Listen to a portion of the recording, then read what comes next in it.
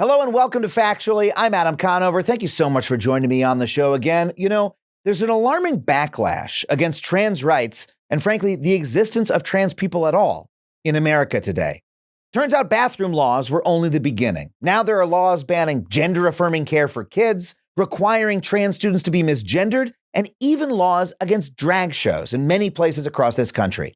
On top of that, there's a cottage industry of dumbass articles stoking the flames of the anti-trans freakout.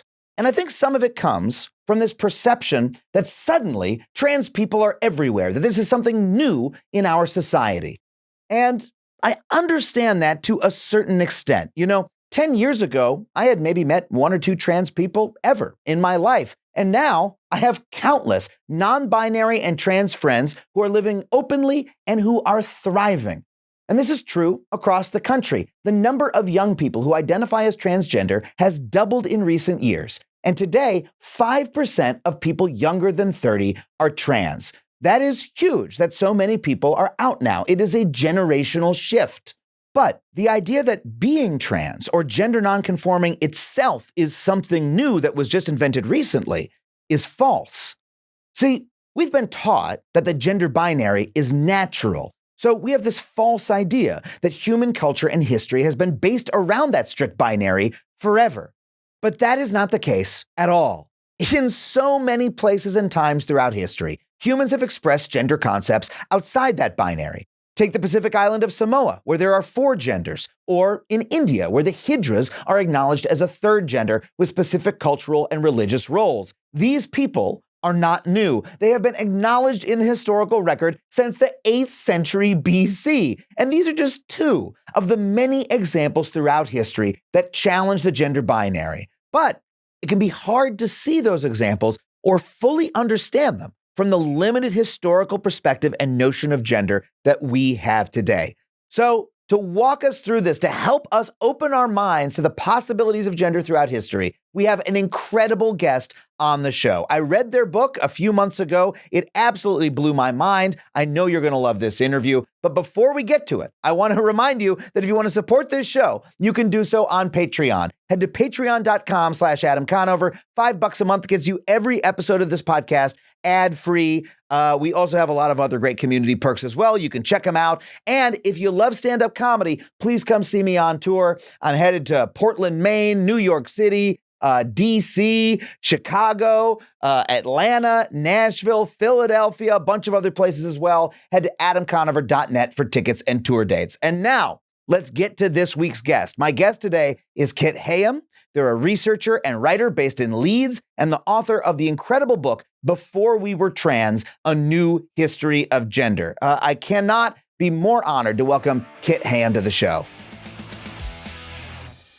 Kit, thank you so much for being on the show. Thank you so much for having me. It's a total pleasure to be here.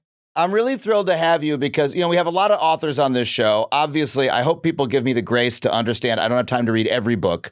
But in this case, this is a book that I read before having you on the show. And then I was like, I have to have Kit on the show because I loved this book so much.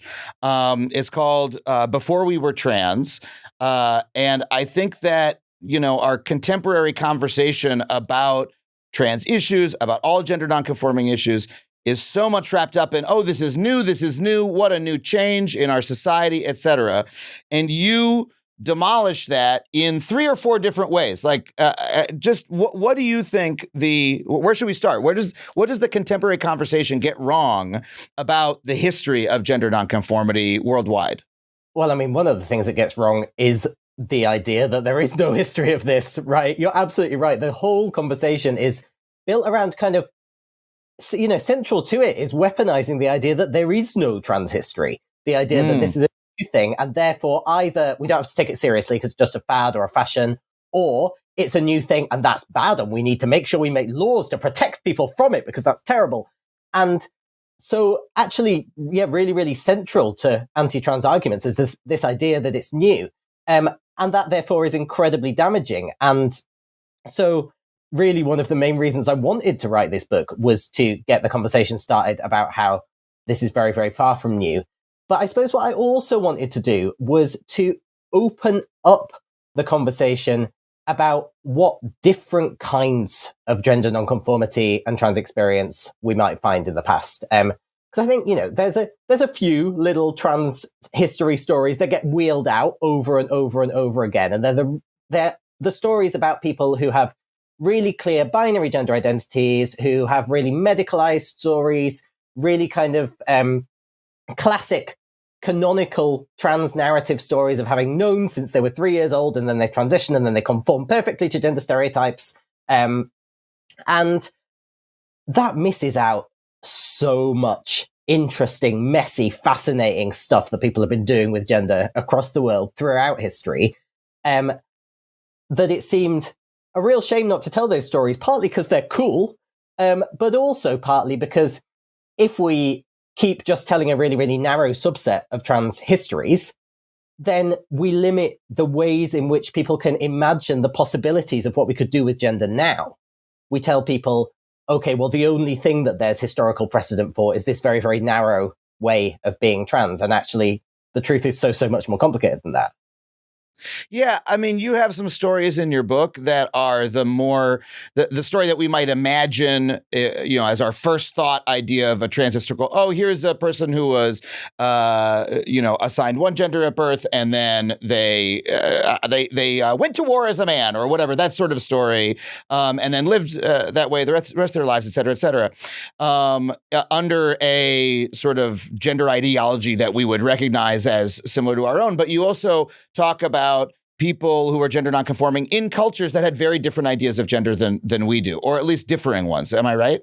Yeah, absolutely. It was really, really important to me to write this as a global history. Because it's a really effective way of showing that the way we have of thinking about gender now in contemporary Western culture is a recent phenomenon and a really kind of locally specific phenomenon, actually. It's not the default way of thinking about gender. It's not the traditional way of thinking about gender that then people are deviating from. It's a recent social construct and a very Western, a very local social construct. Just because, we live in a world in which we take Western constructs as the default so often doesn't mean that is the right way or the only way or even the most common way to think about gender. So instead, Before We Were Trans, as you know, is a history of different ways of thinking about gender and ways of experiencing gender in multiple cultures across the world, while also showing that actually in Western Europe and North America, there's still a lot more gendered complexity in the past there as well than we might expect. Yeah, and you also, before we get into some of these stories, you also, I feel, are constantly trying to correct a mistake that's often made even by folks who are, sympathetic to trans history and are looking for those histories. When they go back and look at histories from other cultures, there's a common error made. Can you just tell me about that? So white trans people, and I say this as a white trans person, do this so often where we're looking for kind of easy ways to prove the validity of our own genders. And so we kind of seize upon these experiences from cultures that aren't our own, and we look at them through a Western lens, and very, very rarely on their own cultural terms. And we also tend to do this thing where, we say, okay, my gender is valid because look at India, they have the Hijra. And Hijra did not ask to be kind of instrumentalized for the cause of proving the validity of white people's genders. That's not what those people are for. And it's really troubling to me when there's this kind of romanticizing, fetishizing approach to genders from non-Western cultures that takes no time to understand them on their own terms, and crucially, that takes no time to actually understand what those people might need, how we can give back rather than just taking by using them and then discarding them when we've made our point. And so that was something that I was really keen to try not to do throughout the book, and hopefully succeeded. And it feels like a missed opportunity to actually understand more about the world and about gender. If you are looking at someone else's experience, either elsewhere in the world or historically, and saying, well, what I want to get out of this is that it's going to prove something about me and my specific experience, you're going in with a real idea about it rather than saying, hey, what might this if I really understand what this means to the person I'm talking about in the cultural context that they're in, what might I learn about gender that I have no idea about in my current limited frame of reference where I sit here in 2023? Yeah, absolutely. There's a big difference, isn't there, between going in with a goal in mind to get something out of it and going in with an open mind as to what that interaction might reveal and how that might change the way that you might think. Yeah. Yeah.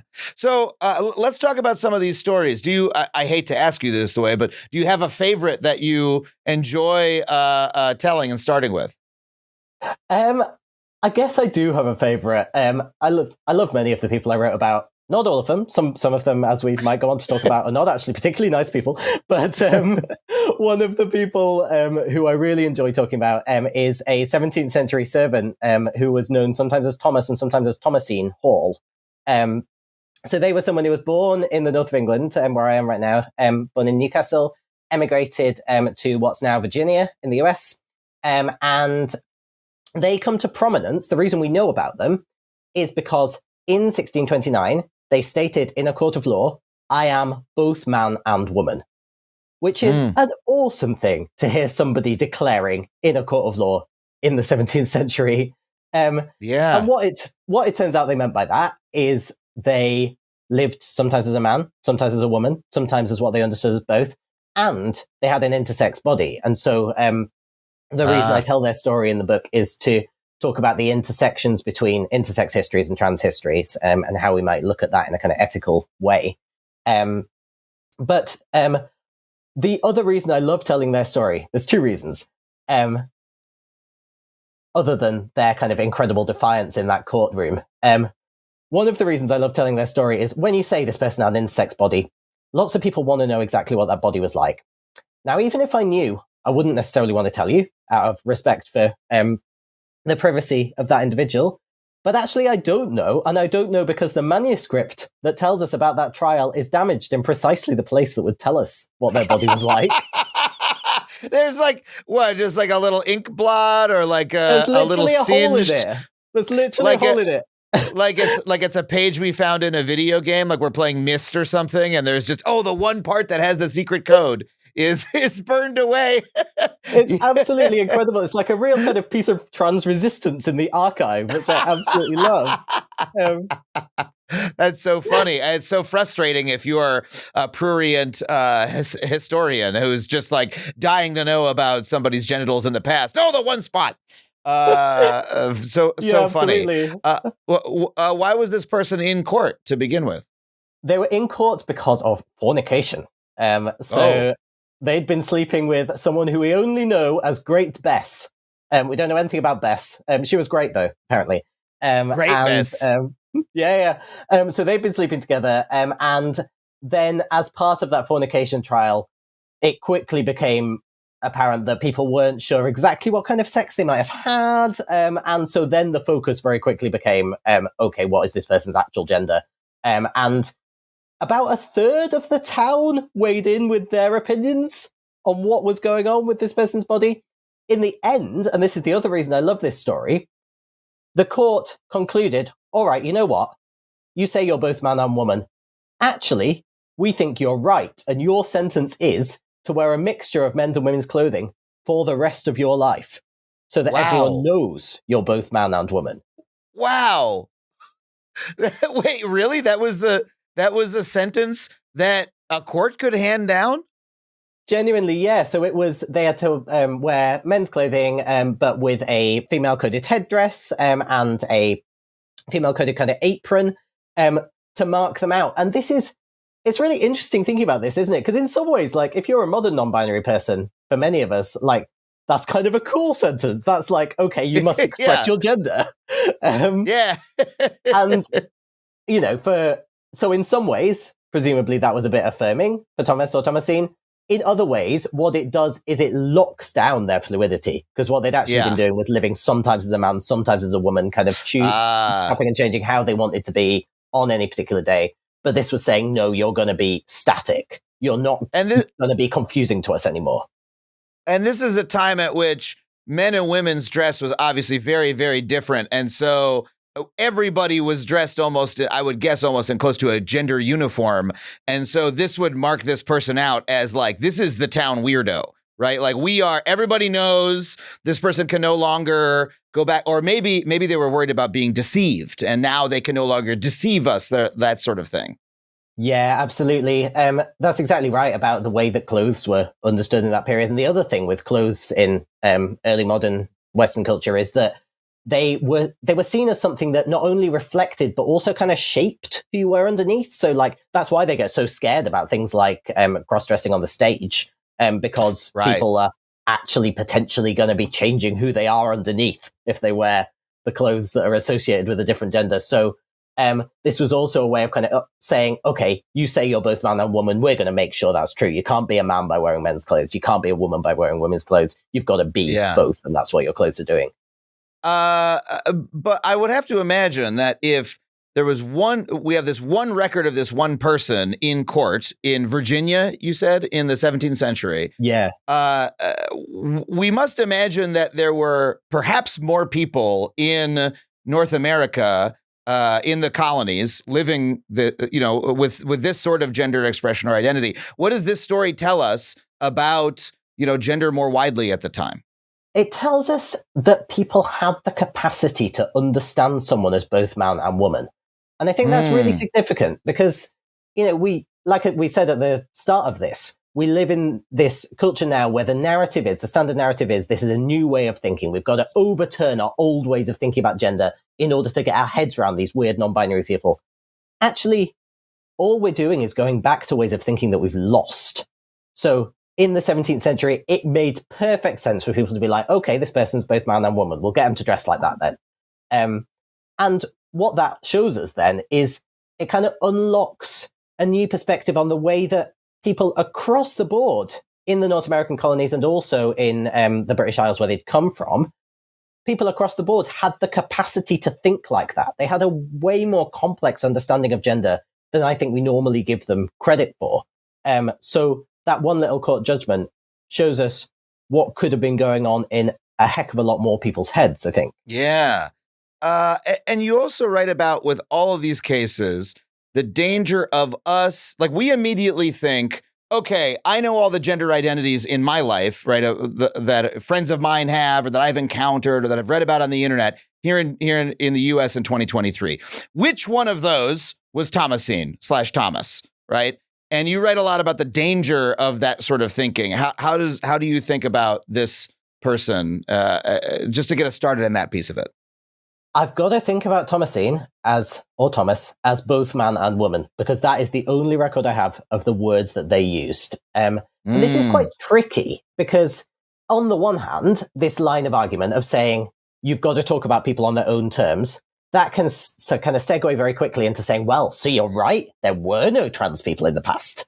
And in a kind of absolute self-definition sense, there have only been trans people as long as people have been saying, I am a trans person.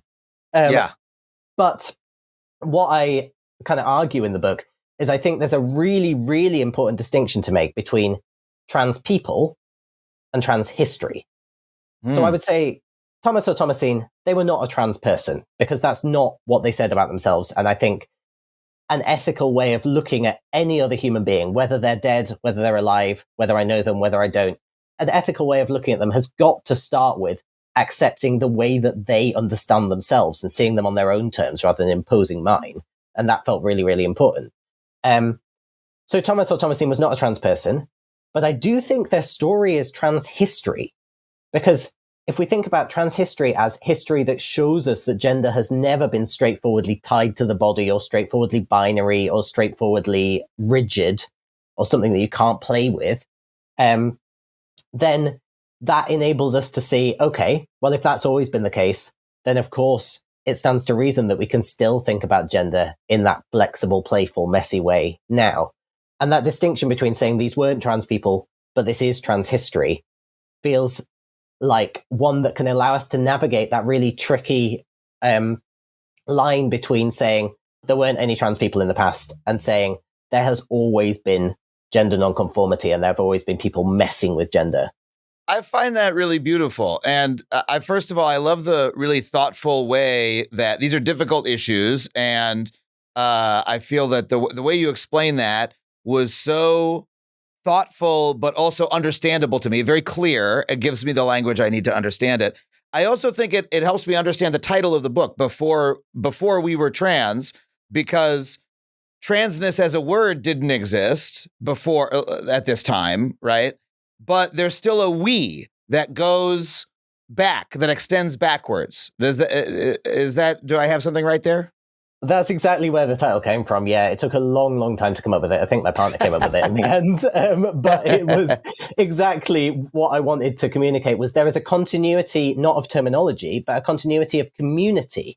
And actually a really important kind of strand of the book is sort of reckoning with the fact that we inevitably have kind of emotional connections to this history, and that marginalized people in particular, people like trans people who've been told that we don't have history and that we don't have community and there aren't many of us and we may grow up without knowing anyone like us, that looking to history for a sense of community is really important. And so it is really crucial not to just be like, well, there were no people like you in the past because they didn't use the same words as you. That to me feels like abandoning people in the present who really need this history as a sense of community. Yeah. So, is there a person in your book let's do another story? Is there a person who, and forgive me, it's been a few months since I've read it, so I don't remember every story off the top of my head. Is there one that does a little bit more closely resemble what we would see today as we would say today is a trans person, or no? Or are they all more interesting, complex stories than that? Even though none of them use that word. Yeah. The answers are kind of yes and no to that. I mean, so there are some 20th century stories of people, who access medical transition and therefore do resemble our contemporary ideas of being a trans person a bit more. But I talk about those people specifically because even if they resemble our own ideas of being a trans person, they often didn't define themselves in that way. Some of them are like, actually, I'm intersex, because they have this different understanding of transness to what we do now. But I suppose I wrote this book because I wanted a space to tell the stories of the people who when you tell their stories, people go, oh, well, that's not trans history. That's just something else. Yeah, that's not trans history. That's just gay people, or that's just gender non-conforming fashion, or that's just the history of the theatre. And I wanted to say it is those things, but it's also trans history because of what it tells us about the kind of malleability, the playableness of gender. Yeah, there was one story in the book where, and please fill me in on the details, but it's a historical figure who there's a contemporary dispute about whether this person is part of trans history or lesbian history. Do I have that right? And do you mind talking about it a little bit, even though I know it's maybe there's still some heated thoughts about this particular story? Yeah, and well, that's why it's worth talking about, isn't it? So I think who you're talking about is Anne Lister, who those who've seen Gentleman Jack, either on the BBC in the UK or on HBO in North America, will know Anne Lister. Anne Lister was a wealthy 18th century landowner from West Yorkshire in the UK, very close to where I am now, who has been treated for many, many years as part of lesbian history because they lived as a woman and had relationships with other women, and wrote a diary and code, which was only cracked kind of 100 or so years after, more than 100 years after their death, which revealed these affairs with women, and which showed really clear kind of self-consciousness of, I am someone who loves women. And so a lot of lesbians, really rightly and understandably seized on this, of saying, this is someone with a lesbian identity, right? This is someone who is really conscious of, I am the sort of person who is attracted to women, which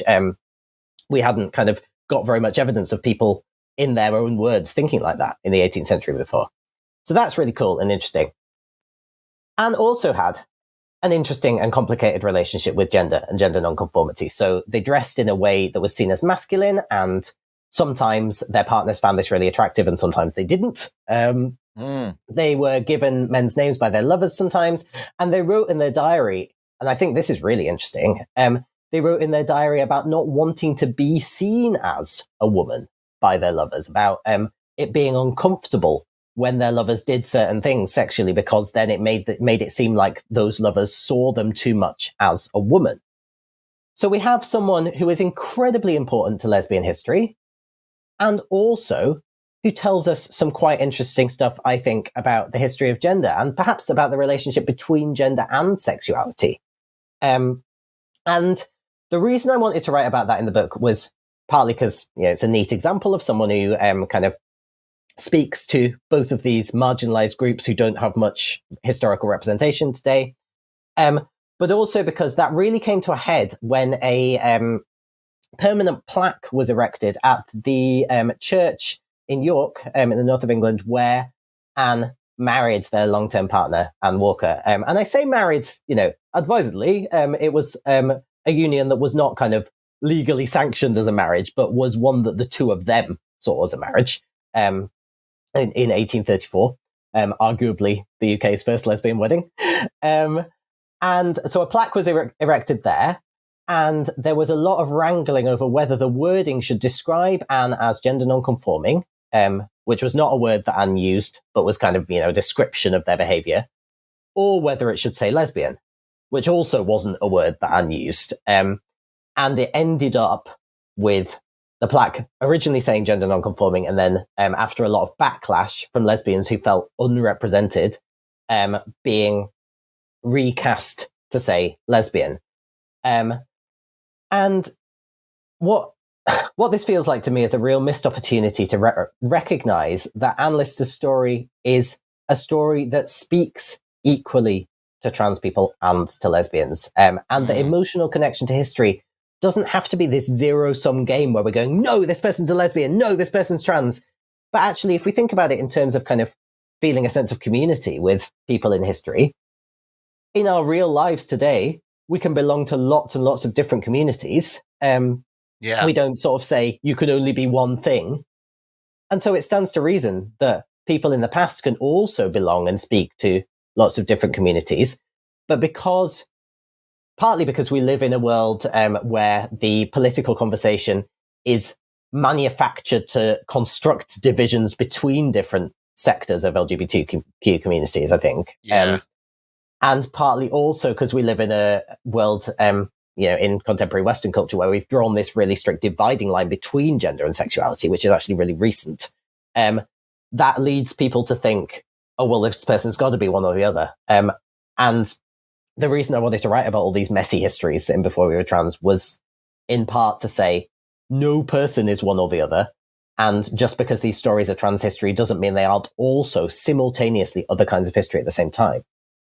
Yeah, I mean, it seems like it's going back to a little bit of the same era that we were talking about also, where there's this effort to ask, well, what was this person really, according to our rubric, as though our current rubric that we've all semi-agreed upon, there's this type of person, that type of person, that type of person. Which one of our buckets do we put them in, without realizing, hold on a second, our buckets, we just came up with these buckets a little while ago, and 50 years from now, we might have different buckets. And rather than compete, first of all, why do we need to compete? But second of all, rather than putting them in one of our buckets, what if we just take what Anne Lister said as, it's this is what we know. We know about them, what they said about themselves, and the evidence that we have, and there's plenty to learn about from that, right? And take her own words seriously. Yeah, absolutely. And and maybe by looking at the past and seeing they have different buckets, we might think, are buckets even the right thing? Maybe we should be having like paddling pools. Some other kind of more capacious receptacle that can contain more of ourselves. Maybe looking at the past might inspire us to do that.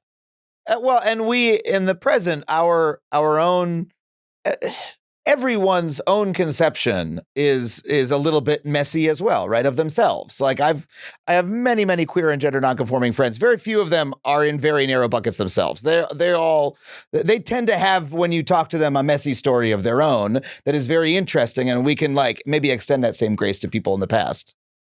Yeah, absolutely. If you ask any trans person today, it's very, very rare that we had the classical trans narrative of I knew when I was 3 and I conformed perfectly to all the gender stereotypes and I never had a moment of doubt. And now that I've transitioned one way forever, permanently. I will be conforming to all the stereotypes of my new gender, and my gender is also just my gender and definitely doesn't have anything to do with my sexuality or my relationship with clothing. And we don't make those demands of cis people. You know, we don't demand that their gender can be perfectly separated from the way they feel about sex or clothes or roles in society or anything else. But we make those demands of trans people. Like, in order to be really trans, you have to be sure it's just about gender and not about any other aspect of yourself. And no human being is like that. Like you say, we're all messier than that.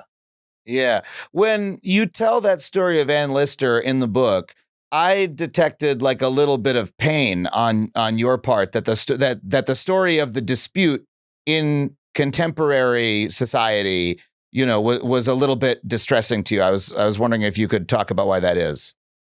Yeah, you're not wrong. So I was a member of the committee that put together that initial plaque, and the one that said gender non-conforming.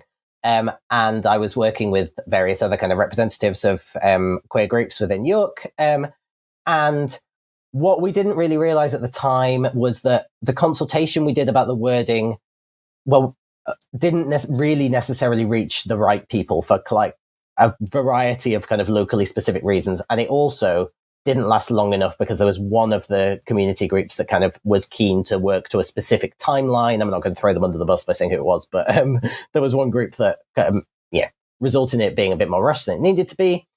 And what that meant was we ended up not really anticipating the backlash that was going to come. And some of that backlash was really transphobic and involved, threats of violence, etc.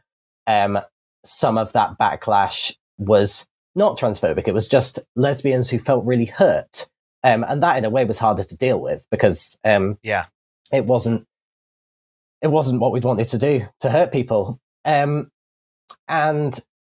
it's taken, this happened in, was it 2017 or 2018? A little while ago anyway. And I'd been invited so many times since that happened to speak about it or to be on Ann Lister panels or to write blog posts about it or to write articles about it.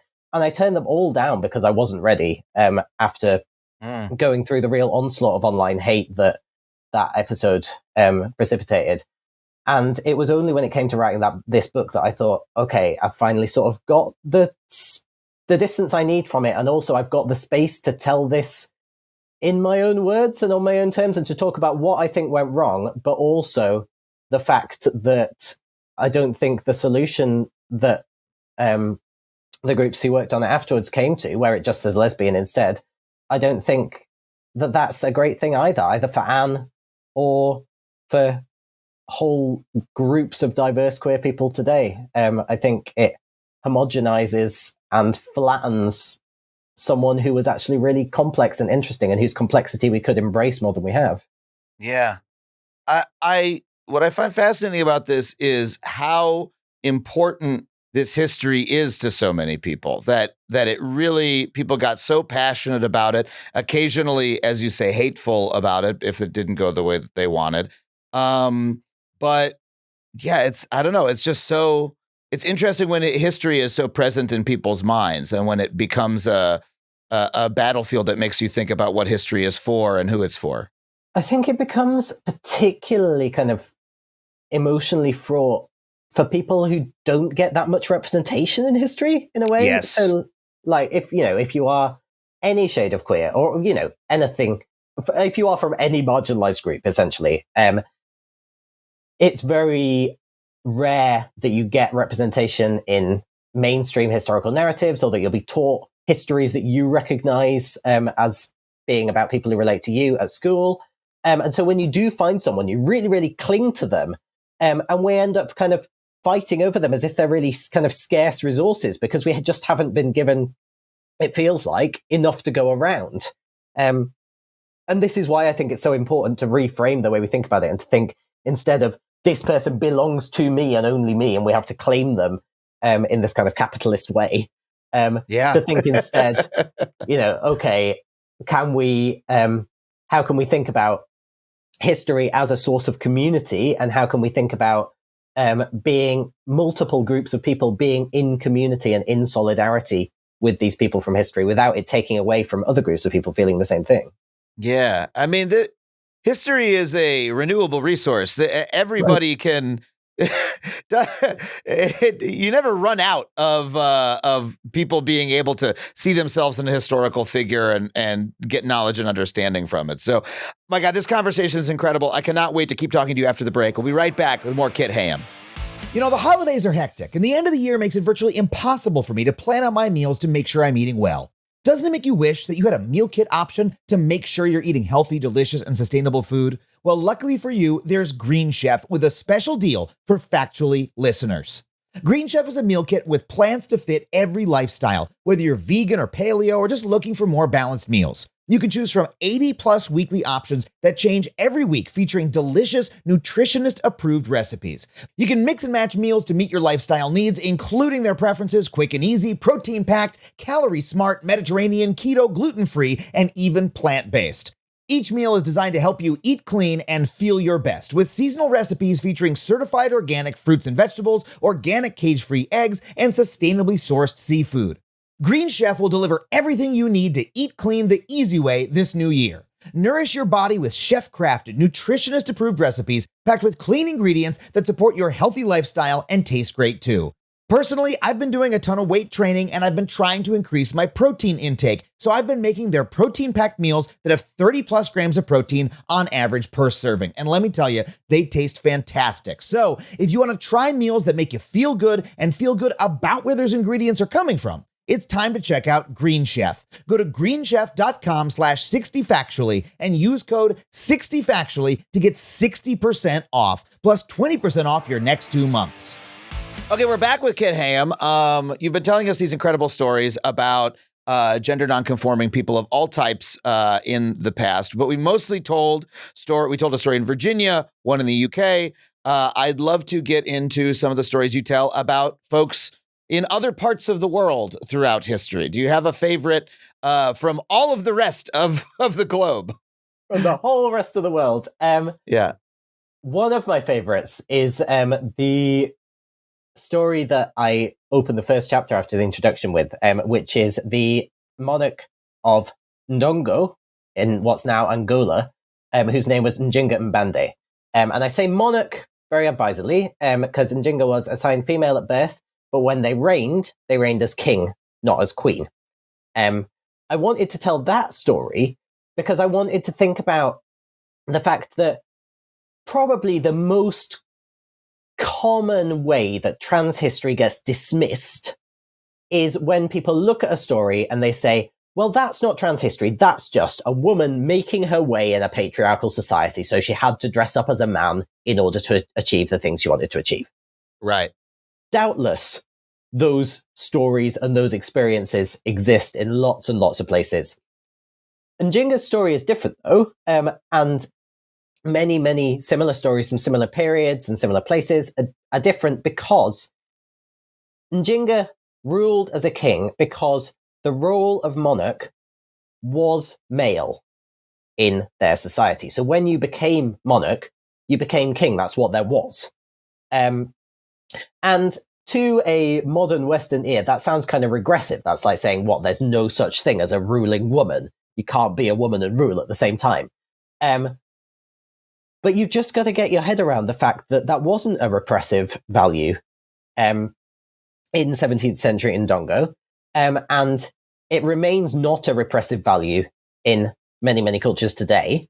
It's just different. It's not worse. And how so? Because I'm having trouble getting out of my current conception in 2023 US. It's just different and not worse because if you, how to put it, if you don't think that one gender is automatically better than another, then it shouldn't matter that someone's gendered experience changes depending on the role they're occupying. You know, if you don't live in a society that says women are worse, then it shouldn't be a problem to say, well, being a woman isn't something that's compatible with this particular box or this particular role. That makes sense. I think so, yeah. The thing, I suppose, that complicates Njinga's experience, and this was another reason it was really interesting to research and to write about, was because they ruled as king in part because that was the way that the role of monarch was gendered in their society. But it was also a really strategically convenient thing to do because at the time that they were ruling Ndongo, they were having to negotiate with Portuguese colonizers. And the Portuguese very much did come from a patriarchal society. They were very much going to respect a king way more than they were going to respect a queen. So it's really, really hard then to tease apart, what was going on for Njinga's experience. Were they just ruling as king because that was the way they understood it culturally? Or was there also a bit of them that was like, well, the more I look masculine, the more I'm going to be able to negotiate effectively with these people who want to take over my country? It is impossible to separate those two things. And the story of gender nonconformity in non-Western cultures is so often a story that's also about Western colonization.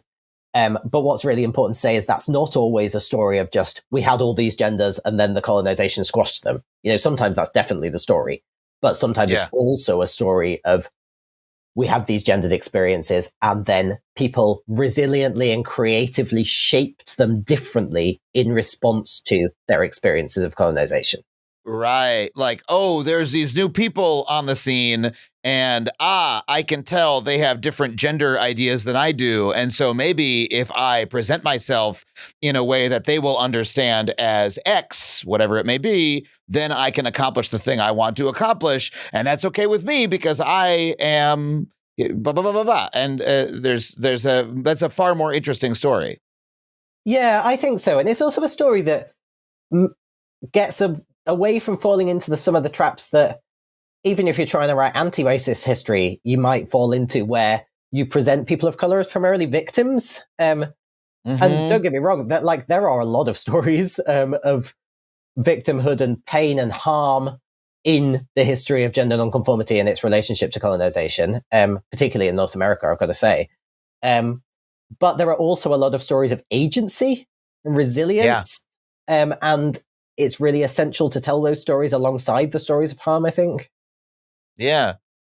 How much do we know about Njinga's, personal life in terms of how they presented themselves? Or do we really only have the sort of like monarchical history?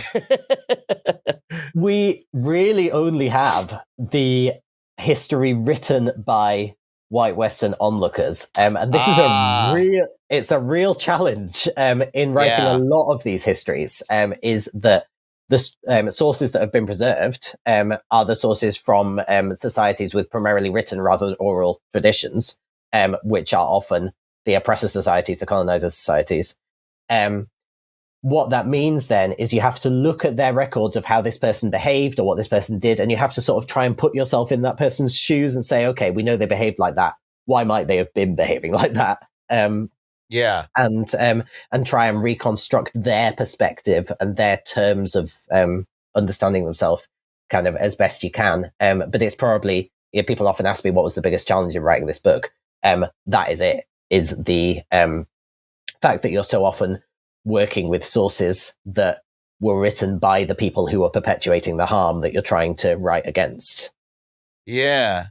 Well, I can see how, given that sort of paucity of information about like the details, there's a lot that one can fill in one's own blanks in this story. Like if you want to see this figure as someone who said, hey, this is a woman taking power, and just sort of maintained that identity and put on the shoulder pads that women put on in the 1980s here in the U.S. to be a little bit more masculine, right?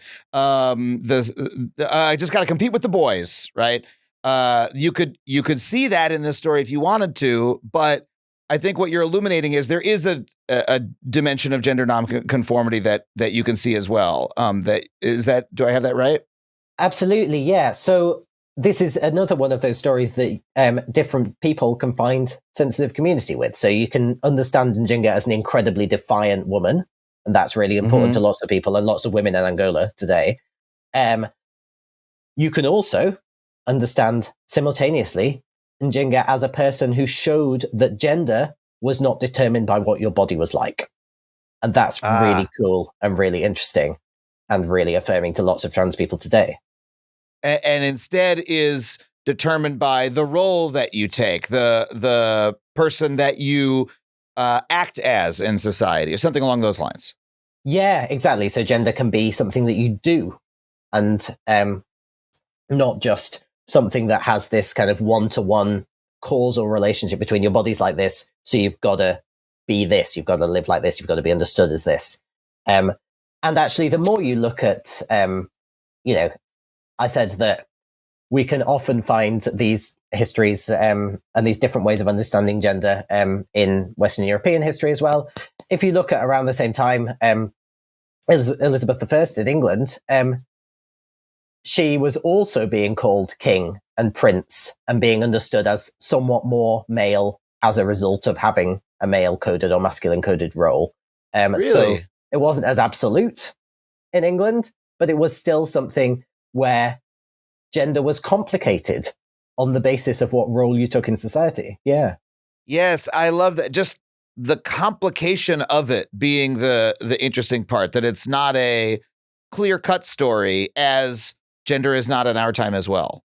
Yeah, exactly. And all these stories are, they take time and thought and feeling okay with ambiguity and discomfort in order to really get your head around them. And I think that's why, they don't make good sound bites. They don't make good kind of political sticks to beat the opposition with, but they are essential to tell because they reflect the reality of our own gendered experiences being complicated today as well, like we talked about before.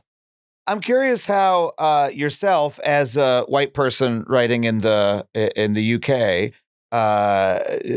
when you're writing stories about folks from other cultures, other countries, especially places that were colonized by white folks, how do you try to get yourself out of that lens and write about them in a way that is honors their specific experience, even though you don't have that personal connection? It was really important for me to reflect honestly about the difficulties of doing that, and the limits of my own perspective, and the places where it felt uncomfortable or hard or sometimes impossible for me to do. So, one of the aspects of gendered experience that I write about in the last chapter of the book is gendered experiences that are spiritual. So people can understand their gender as inherently spiritual or as a spiritual experience and not really a gendered experience. It looks gendered to me because I have my gender glasses on from the UK, but it's not in fact gendered in the way that they understand it. And it is really difficult for me to just sit here and say, well, this person became a man through a prophecy, because that's not something that I kind of empathize with or understand. But it's essential for me to write it on their own terms in a way that honors the fact that it's true for them, even if it doesn't make sense to me. And I suppose the other thing I really wanted to do with the book was to try as far as I could to use it for anti-racist purposes. So to not only tell these stories on their own cultural terms rather than through Western goggles where I say, oh, these people are kind of non-binary and these people are kind of trans women or whatever, didn't want to do that. But also to say, well, look, if we look at, for example, the reason we think about biological sex as binary today, actually, the process of us coming to think like that was a racist process, a eugenicist process. And our constructs of how we think about biology today oppress some bodies more than others, and those bodies are bodies of color. And so that also felt to me like a way of using the platform that I'd got for as much anti-racist good as I could within the context, I guess. Yeah.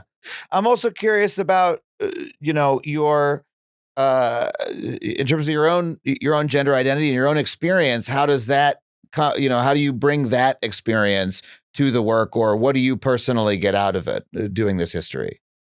That's kind of the origin story of the book in a way, because I came to understanding of my own queer identity through identification with the queer past, really. I didn't have particularly many, growing up, I didn't have particularly many people of the same experience who I could relate to, but I did know that I felt an incredibly deep sense of community with queer masculinity in the past.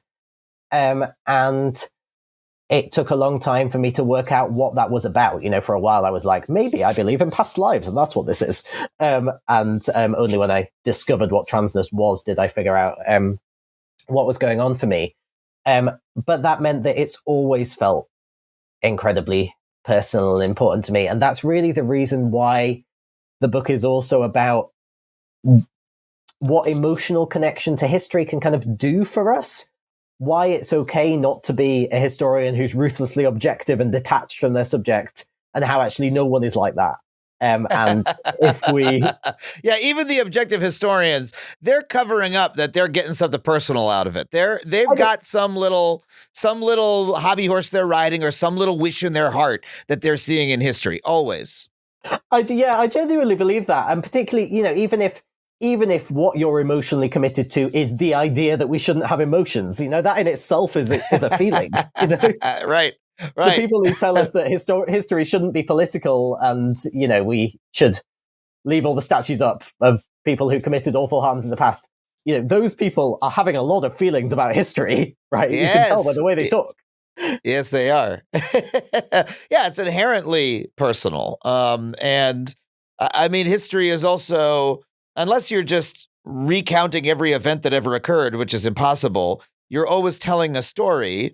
And a story always has a point and something to communicate. If it's a good story, it has a beginning, middle, and end. It has a character. It has a fucking story. It's a story. Yeah. There's no, and that means that it is meant to work on the emotions to some degree, right?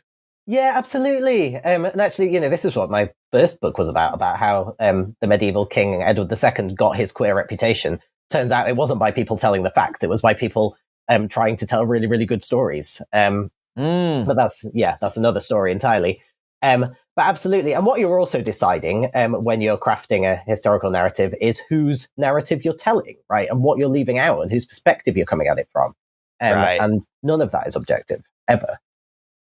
Well, one story to sort of round us out here that I'd love you to tell that I just thought was honestly the most entertaining story in the book was what happened in internment camps in World War I and the communities that formed there. I found it so fascinating. Can you tell us a brief version of that one?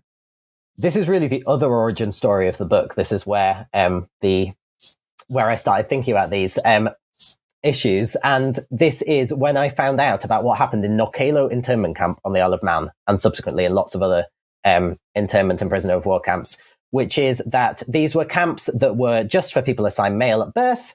But there were people who lived as women for the full 4 years within those camps. And what I mean by that is they used women's names. They were called by she, her pronouns. They dressed as women. And historians have looked at this in the past and said, oh, well, they were doing this because they were playing female roles on the stage because there were theatres within these camps. But it's one thing to play a female role on the stage. It's another to get off the stage and keep the dress on and keep the wig on and keep the name.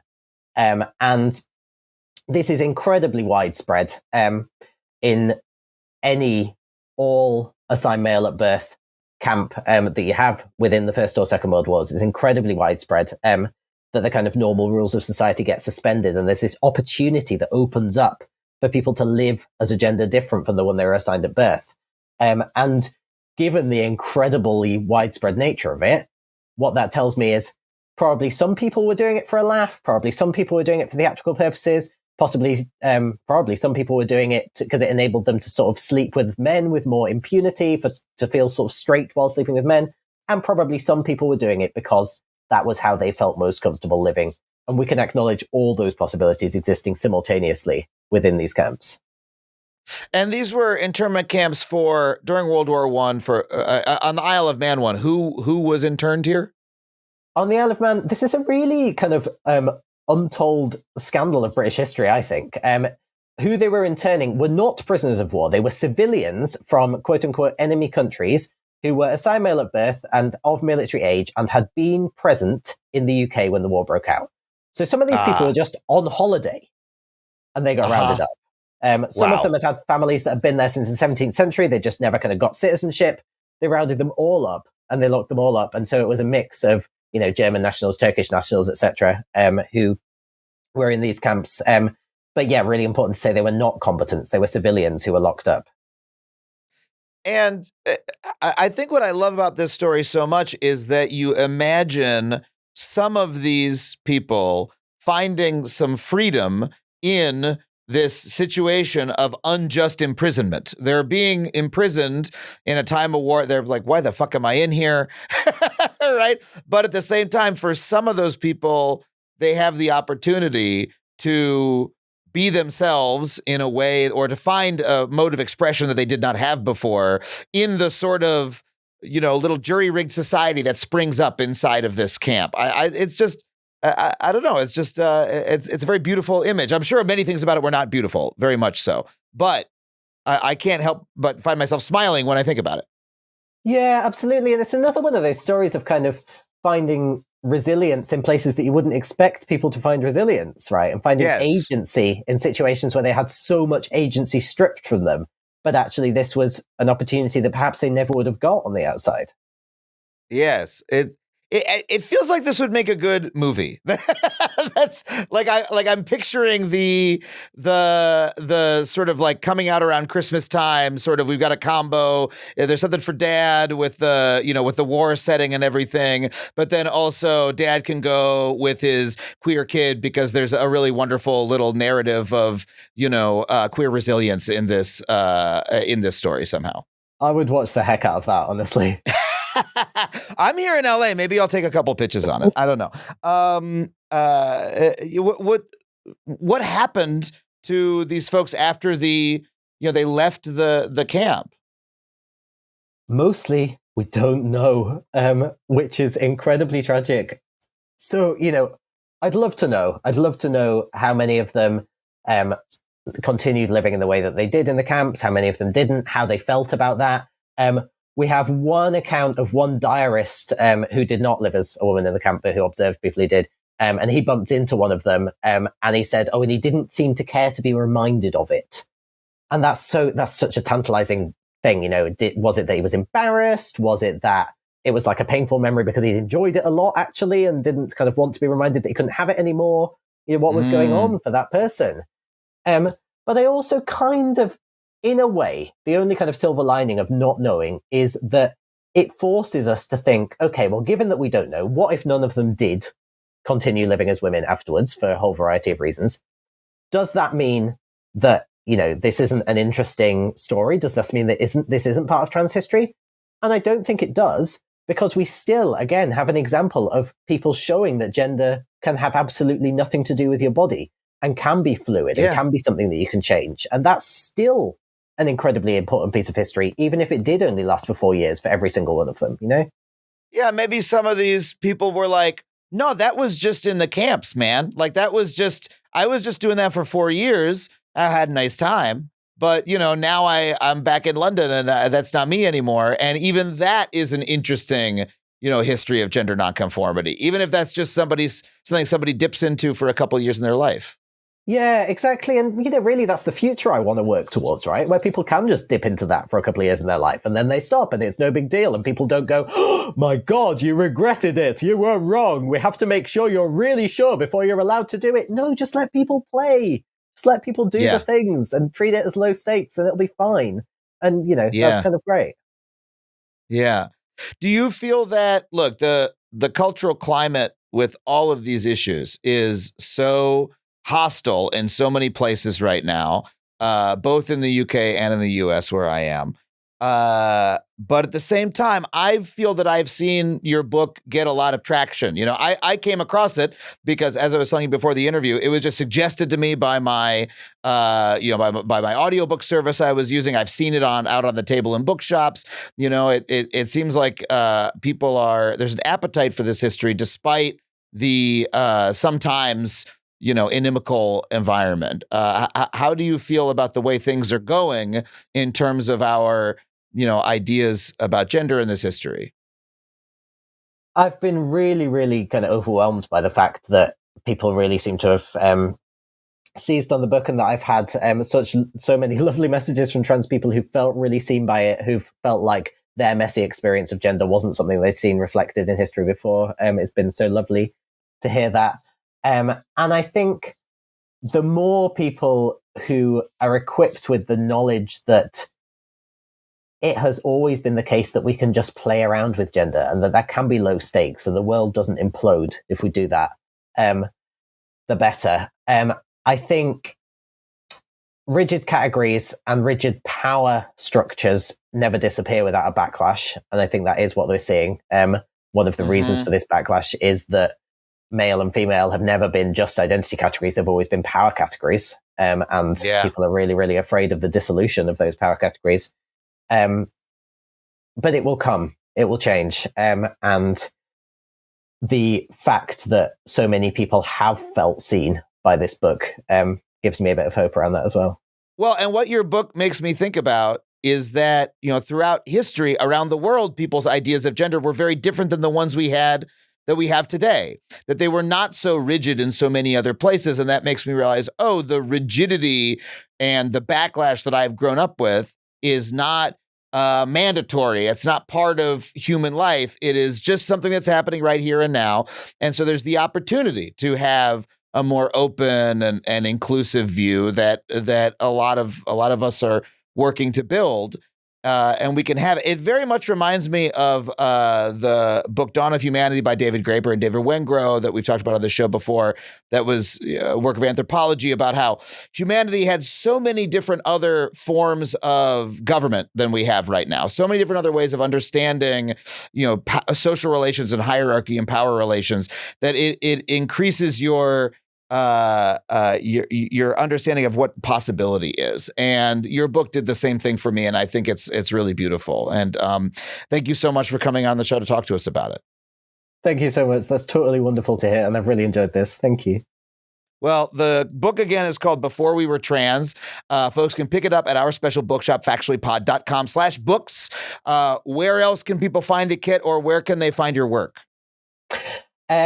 Have a look at my website, kitheyam.com. I'm also on, not to dead name anything in this conversation, but Twitter. That's the first time I've heard that referred to as a dead name, and it's very funny to me. Please be respectful of Elon. Let's not dead name his service, okay? That's not kind to him. He wouldn't be kind to me if he met me, so I think, quid pro quo. I'm on that social media site for as long as it exists. Find me there if you like. Great. Wonderful. Under the username Kit Heyam, I assume. Absolutely. And Instagram too. Yeah. Okay, great. Thank you so much for being here, Kit. It's been wonderful. Thanks so much for having me.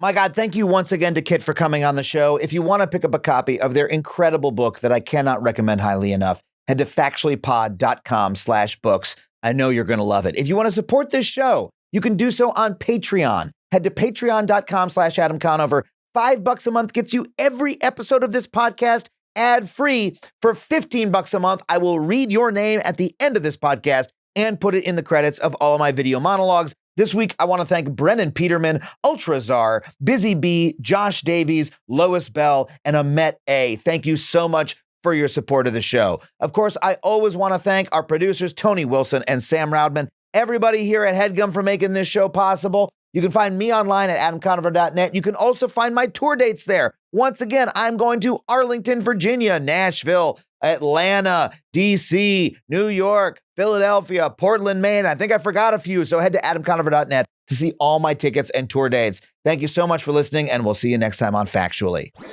That was a HeadGum podcast.